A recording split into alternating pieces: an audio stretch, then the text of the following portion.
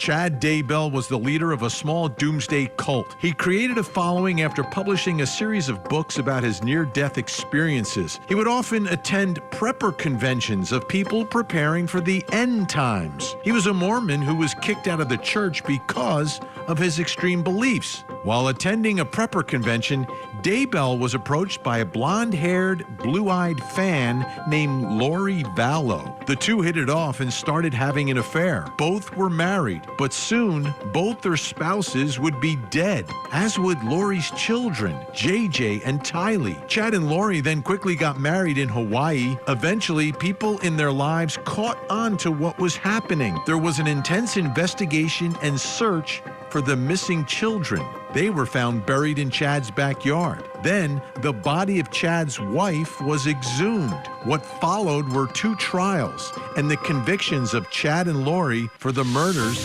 of JJ, Tylee, and Chad's wife, Tammy, who was murdered in their home. Now, that home has been sold, and tonight, we go inside with Nate Eaton from the East Idaho News to take a look at the place where the leader of the doomsday cult, Chad Daybell, raised his family and murdered his wife.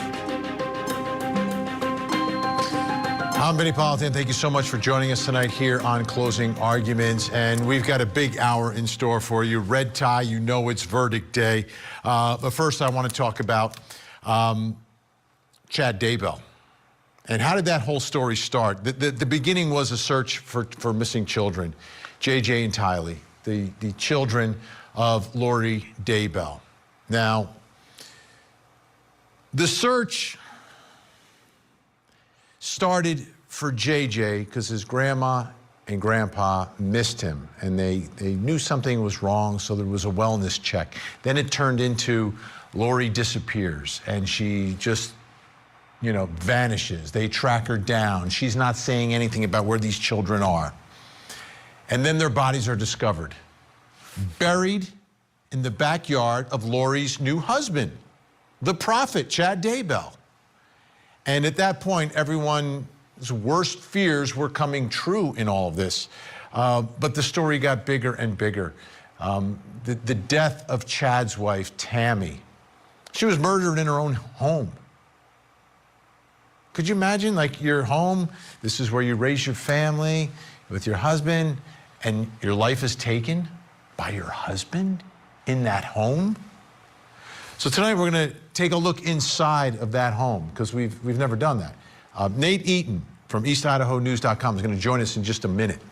But first, I want to show you what he did, because he's the one who's been covering the story from the beginning, first of all, but also on the property and in the house. Let's take a look. Well, here we are outside Chad Daybell's former home in Salem. This is actually the closest that I'll ever get to the home. I did go up to the door one time early on when the case was still active, and there was a sign on the door that said no media. And the new owners have invited me to come and go through it with them, and I'm here with Erica, my wife. As you can see, right now there's no trespassing signs on the fences. There's a few around the property. They don't want people coming and going here. But it's a busy road. Let's just show. I mean, this is a busy highway. For those of you that haven't been out here, of course, right now there's not a lot of cars coming and going, but the speed limit out here is 50 miles an hour, and it's on a busy intersection, so there's folks coming, there's drivers coming each way. While we come out here, to give you an idea, so this is Chad's home, right over here, was Chad's home. And Emma, his daughter, on the day that Chad was arrested, was staying over there. So you heard a lot during the trial about the kitty corner property. It's right there. So, you know, it's about a 1 or 2 minute walk to get over there. And this driveway is where Chad Daybell was parked. Come on up here, honey. The morning that police came to serve that search warrant on June 9th of 2020. If you look over here, I don't know how well you can see, and I don't know what the shrubbery was like that morning, the branches, but that tree right through here, underneath that tree is where, or near that tree is where JJ was found. So in court, we heard multiple people testify that Chad was in the car, probably right here where I'm standing, and was looking over his shoulder back there. If this big tree right here didn't have the hanging branches at the time, he would have a perfect shot to see what was happening back there. Right over here was where the fire pit is, on the other side of this fence. And that's where they found the remains of Tylee, and then JJ was further back. Tammy normally parked on this driveway. So can you see that now? So people testified that Alex Cox, according to his cell phone data, likely parked his truck down this street. So we'll keep walking.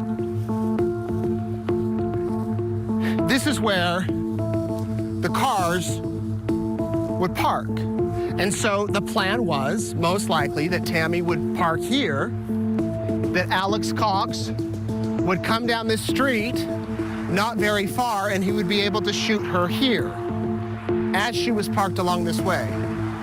That's not what happened that night, that October 9th of 2019. She didn't park here, but Alex Cox was still parked down there. Instead, she parked around the side of the house. So when the plan didn't go as planned, Alex Cox, I'm assuming here based on testimony, likely came running across this property to shoot at her over on this driveway. And remember that Attorney General Investigator Edwards testified that the weapon he had, if it got jostled about at all, if it got moved or whatever, or the pins got shaken, it wouldn't fire. And sure enough, it didn't fire. So this is the front entryway. You can see there's this little entry before we go inside the home. The power has been turned off, so it's dark in here. But this is the front room. You can see there's a fireplace right here.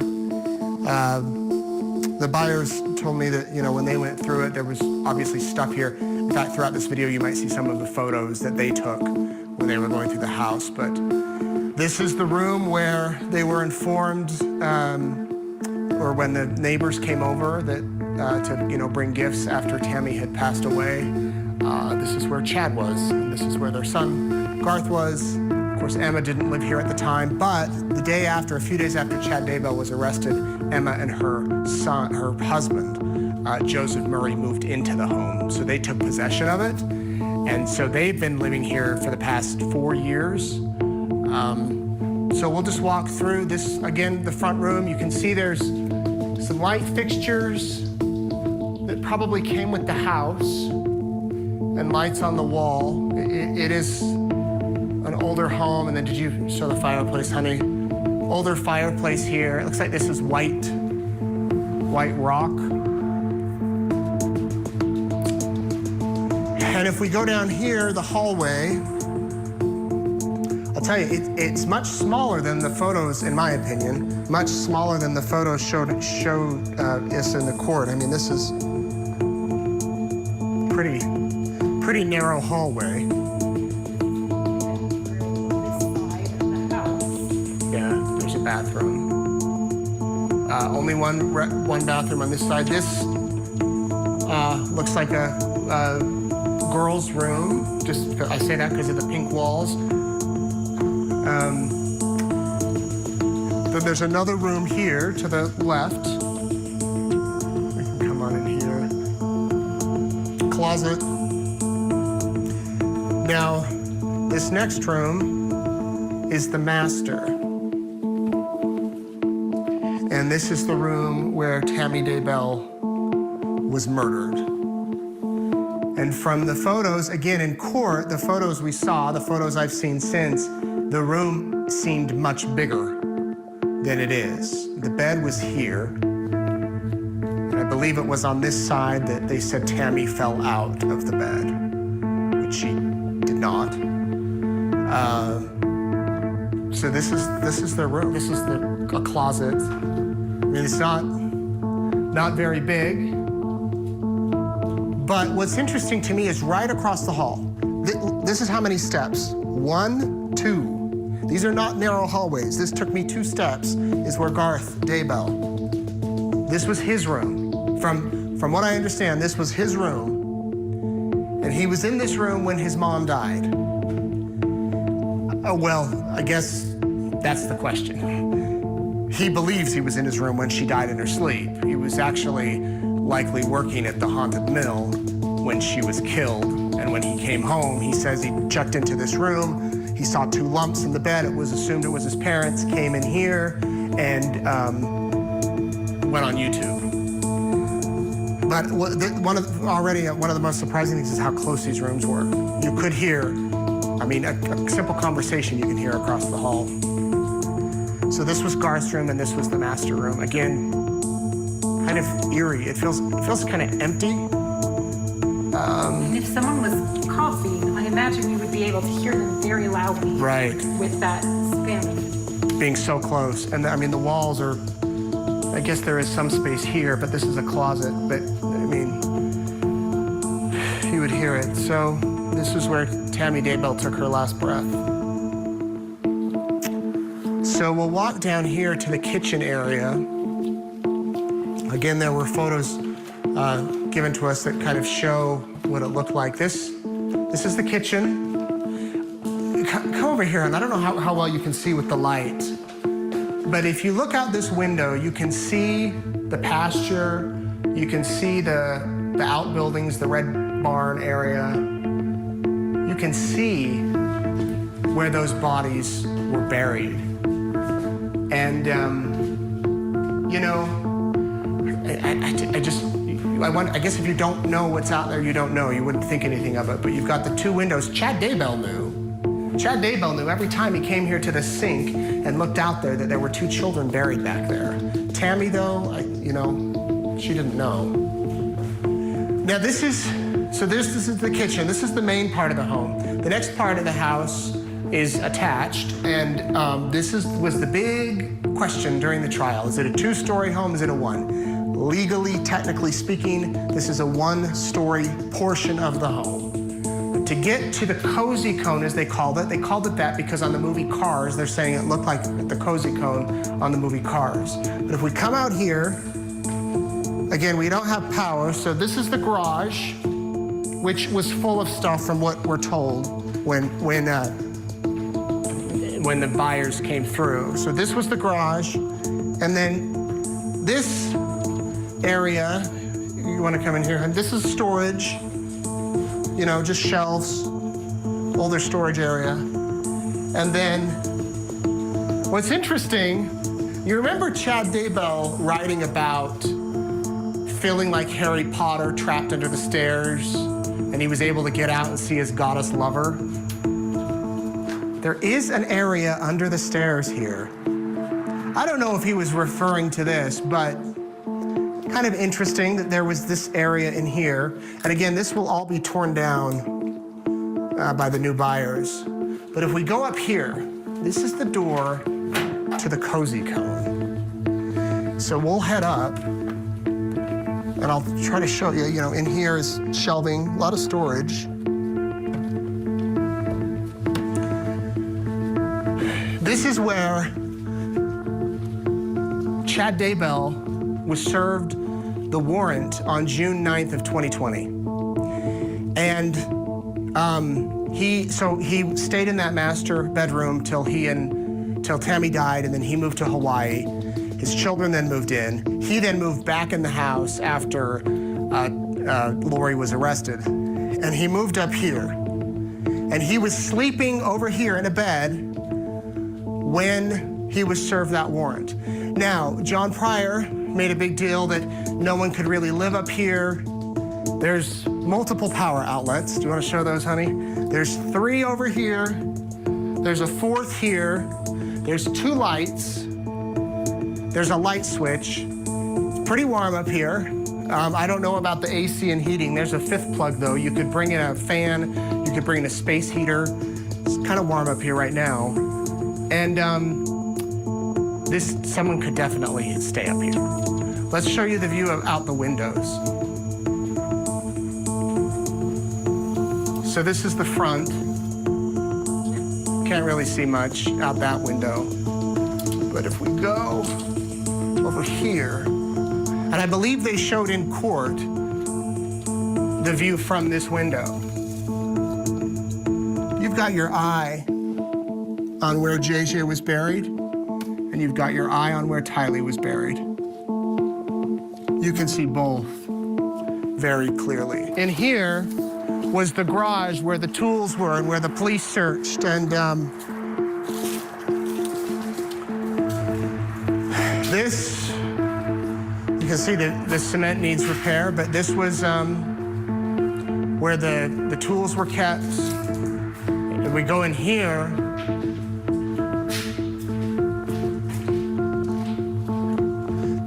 the new owners tell me that when they came, this said Spring Creek Books. This may have been where they stored the books and kind of ran the business. There was signs and it was stacked with books. And an interesting sign that was here, probably from before Chad's time. This is calf heaven. Idea is to preserve life. It is not easy, but a fun challenge. God be with us. Thanks. I don't know what that means, but the owners tell us that this sign was over there, and when they came, it was moved. To give you a frame of reference, she was here, and JJ was right over here. And they found JJ first. So when they found him, everybody kind of stopped, went over there, realized they had found him, called the coroner. Chad was arrested down the street. They worked to remove him, and then the focus changed to right here.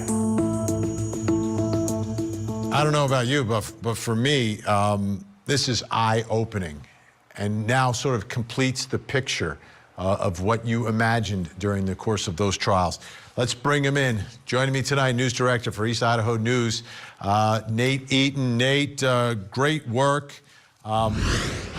Way to tell the story to us, but also incredible videography by your wife as well, like capturing those, the way she captured those images. Let me ask you this.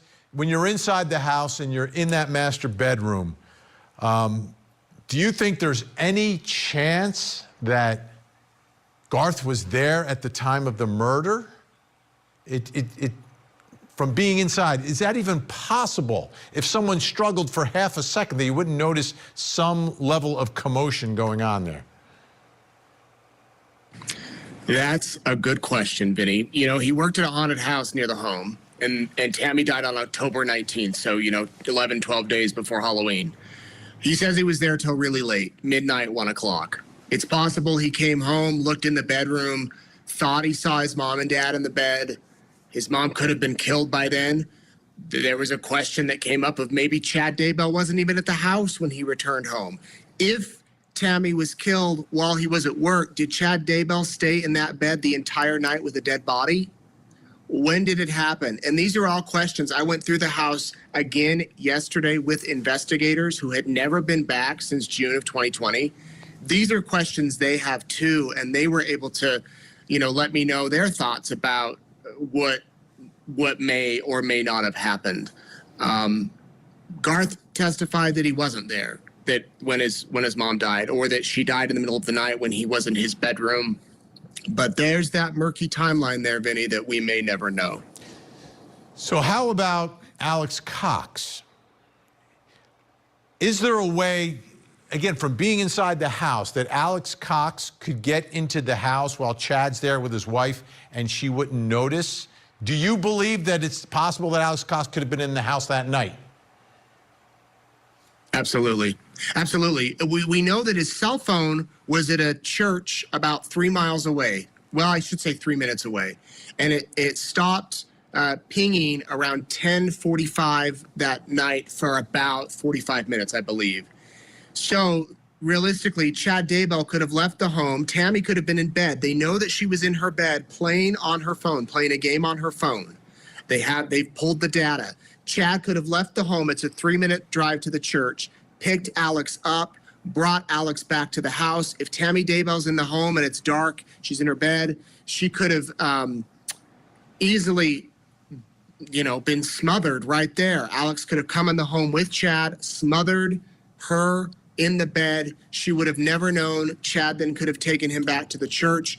And sure enough, within the hour, his cell phone starts to ping as he's back on a highway driving toward Idaho Falls away from the area. And that timeline takes Garth out of the house because he's working during that window of time. Correct. Yeah, he said he didn't get home till around midnight, 1 o'clock. Wow. So let's talk about the house and where the children are buried.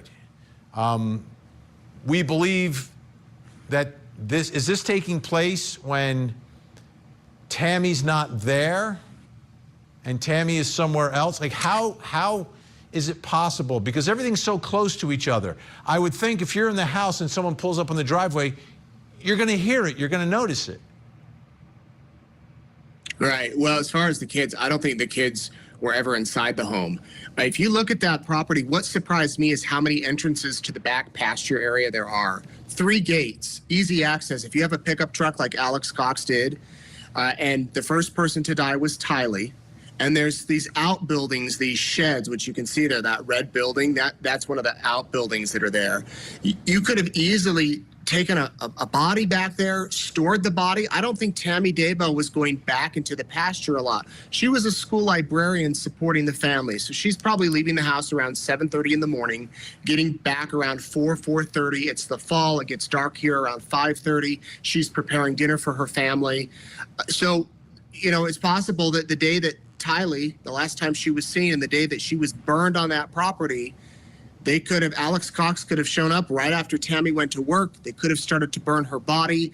Chad Daybell sent that text about how he shot a raccoon and he was going to bury it in the property and disposed of her there. And then with JJ was wrapped in plastic and duct tape. Alex Cox could have simply pulled his pickup truck back there. Chad Daybell could have already had a hole dug.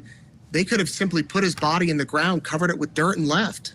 Yeah, and she's at work supporting the family. Wow. Right. All right, Nadine's going to stay with us. We've got more coming up. The demolition of the house. You're going to see the murder house get knocked down, plus coming up next hour. Tonight on Vinnie Politan Investigates, the tragic story of 13-year-old Madeline Soto, sexually abused and murdered allegedly by her mom's boyfriend, Stephen Stearns. And now we are looking at Stearns' police interview as police confront him with pictures from his phone of Stearns sexually abusing Madeline. We investigate. Join Court TV's Vinnie Politan In every story, in every trial, every case, there's at least 2 sides to it. to dive into the latest Oh my God. and breaking true crime stories This was a very targeted, very personal attack. inside I've never seen that in a discovery. I've been incarcerated 3 years. and outside of the courtroom. She's a psychopath. Now, let's look at the other side of all of that. Vinnie Politan Investigates tonight, 9/8 Central, only on Court TV.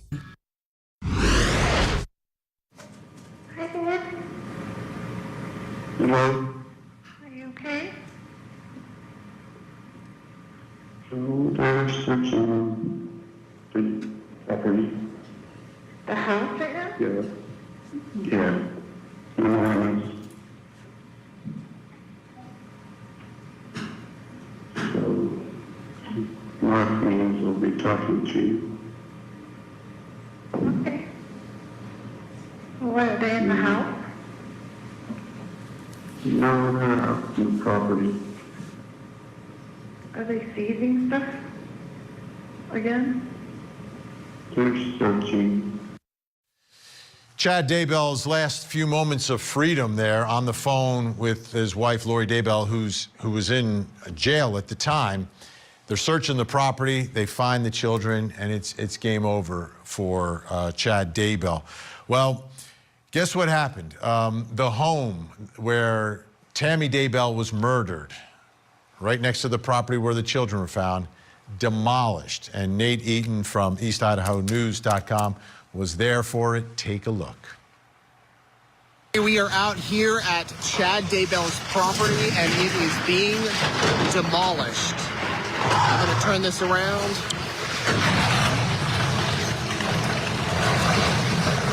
Now, these are all construction crews who are donating their time and their crews to tear down the buildings here at Daybell's property in Salem.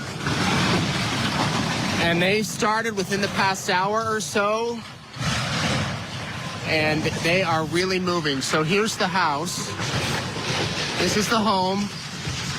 And right now they're focusing on the outbuildings that were on the property. Okay, and here they go. What are you doing? I'm just gonna let you know here in just a minute. Once he starts getting a bunch of truck, we'll have trucks start coming right through here, just so you guys. Great. Thank you. And there is where Chad Daybell slept and stayed. Peggy, you got pictures?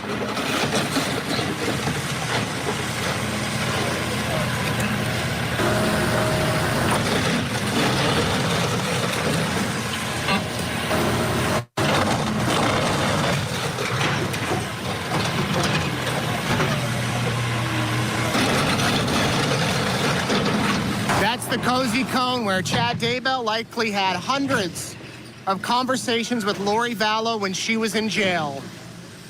They would text each other, well, not text each other, they would call each other.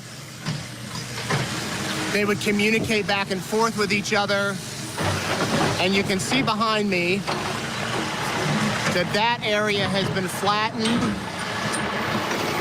And there's the house where Chad Daybell stayed, wrote his books, made plans for his future after he killed his wife, Tammy Daybell, and killed 2 children and buried them on this very property in Salem, Idaho. Just 5 years ago, Tammy Daybell was a devoted wife, worker, mother, who hung laundry on that very line behind me. And now the home where she lived with her family is being destroyed. Everything has been cleared, flattened. You think about everything that happened in this home, the good times before all of this, the good times with many families over generations. How many dinners were served here, Christmas gatherings, birthday parties, visits, sleepovers, and then a site of such horrific evil. And now it's crumbling to the ground.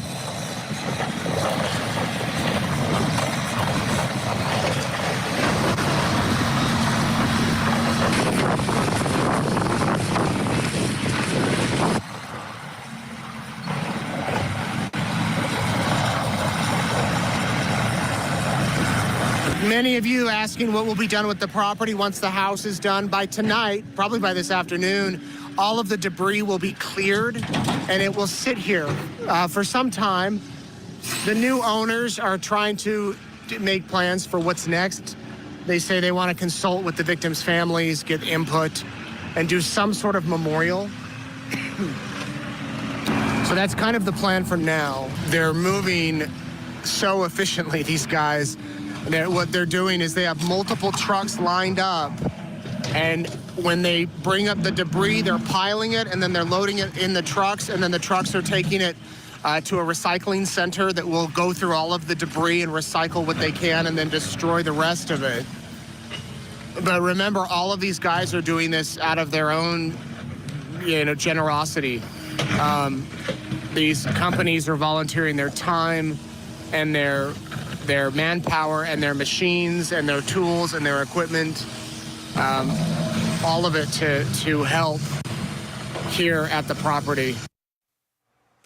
And still with me, News Director for EastIdahoNews.com, Nate Eaton. Nate, you know what really strikes me? And I'm not from that part of the country. Haven't been there, but need to get there, right?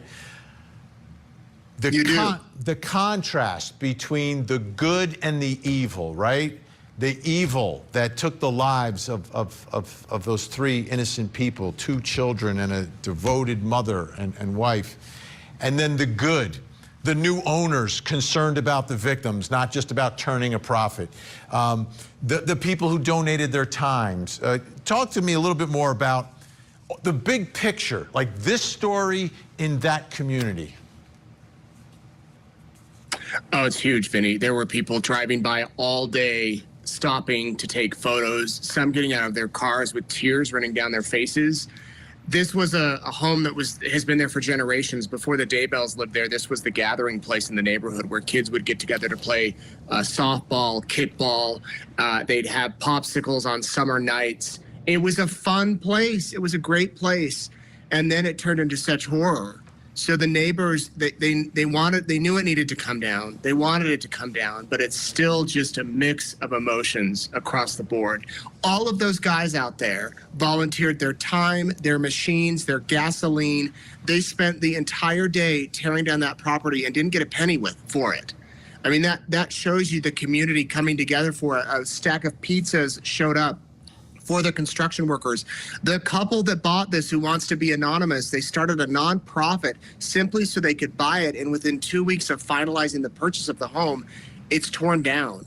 So it is, trying to make the best of a really horrible situation while still looking for the good that can come out of this tragedy.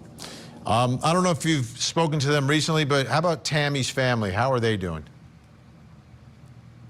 They're doing okay. I spoke with them. They were a little conflicted, but they knew it needed to come down. Who showed up today too, Vinny, was Chad Daybell's brother and sister-in-law, Matt Daybell. They live near here, and I spoke with the sister-in-law, Heather. She said once that bulldozer went for the master bedroom where Tammy Daybell died, she started to cry. That it hit her that her own sister-in-law died in the room that was now being torn down. Larry and Kay Woodcock, JJ's grandparents, they say they're so relieved. One part that I did not know would be happening until it happened, that big tree next to where JJ was buried, that's the one thing Kay and Larry did not want to be there anymore. It just reminded them of JJ so much. They tore that tree down too, so that was taken out. And so tonight, the land looks drastically different than just 12 hours ago. Eye-opening, and I think a big chapter in this story, this tragedy in East Idaho, where things like this just don't happen. They don't. Nate Eaton, thank you so much for sharing the video with us. EastIdahoNews.com, and you can check out Nate taking the investigators through the house. That's another fascinating look at all this. So have a great weekend, and nice to see you.